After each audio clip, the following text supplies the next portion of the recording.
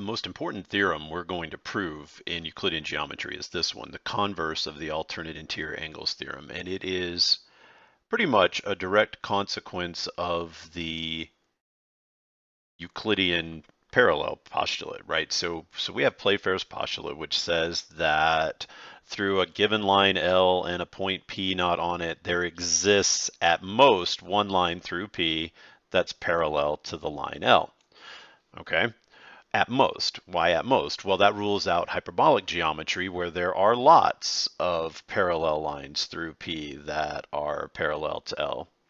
Sorry, that was a bad drawing, but you get the idea.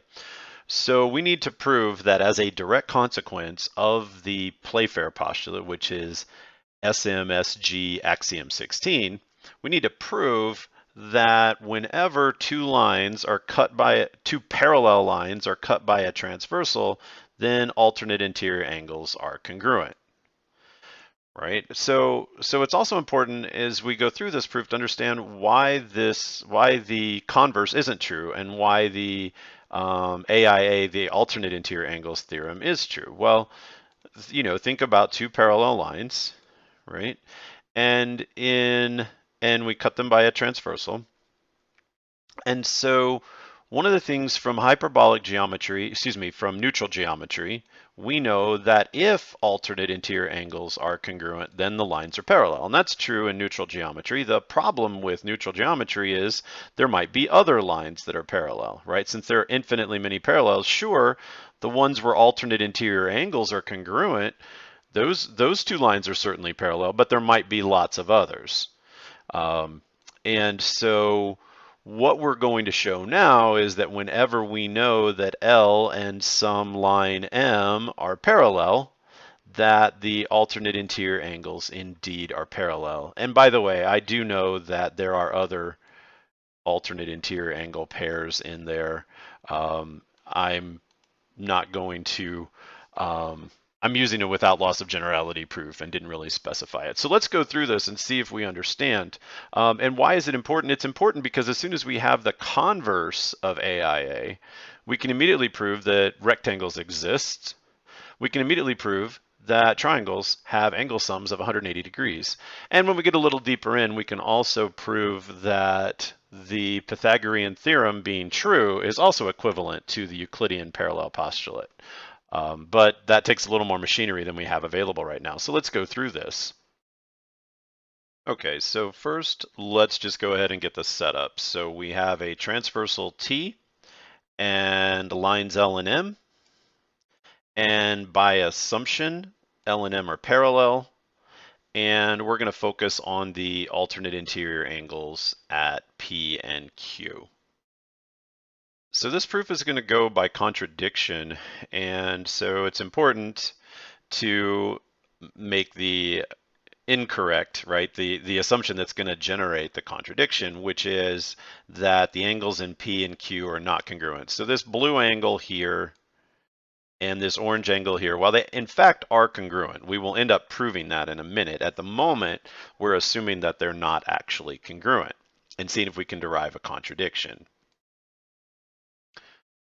All right, so what we're going to do is we're going to construct the angle that is, right? So if the blue angle isn't congruent to this angle Q, then there is some angle that is congruent to it. So let's construct that. We're constructing this red dotted transversal N.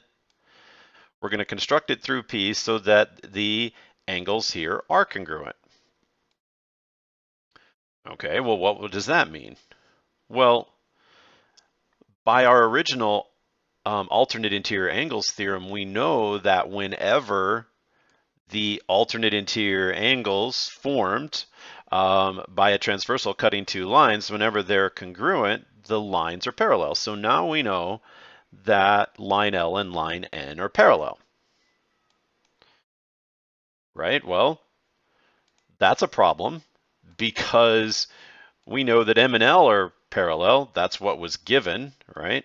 And we just proved that N and L are parallel. And now let's think about Playfair's postulate. Playfair's postulate says that given a line L and a point not on it, an exterior point P, there exists at most one, right? Less than or equal to 1 lines through P that are parallel to L. Well, here we have 2, which is our contradiction. And therefore, what has to be true instead is that angle P and angle Q are in fact congruent.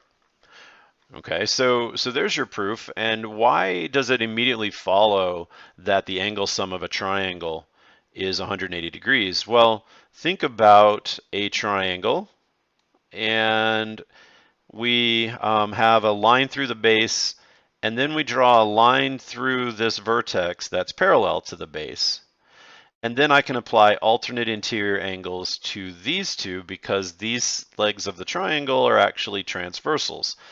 And then because we have CAIA, right, that we know when the parallel lines are cut by a transversal that the alternate interior angles are congruent, we can get a congruence between the three angles, which add up to 180 degrees, and the three interior angles of the triangle. So the three angles at vertex P here are actually a linear triple, right? They add up to 180 degrees. They add up to a straight line angle. And they correspond very quickly by CAIA to the alternate interior angles formed by these two transversals. All right, so that one's immediate. And then what about the rectangle?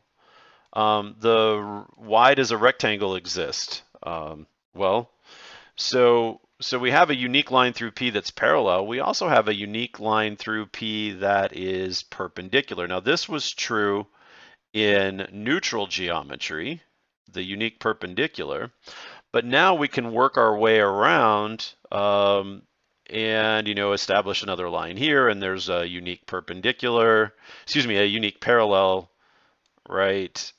And we can keep working our way around because there's also a unique perpendicular, and because they're all unique, we end up getting the 4 right angles that we need to have a rectangle. So I hope that's clear why as soon as we have the converse of the alternate interior angles theorem, we immediately are going to get the fact that the angle sum of all triangles must be exactly 180 degrees, and that rectangles do in fact exist.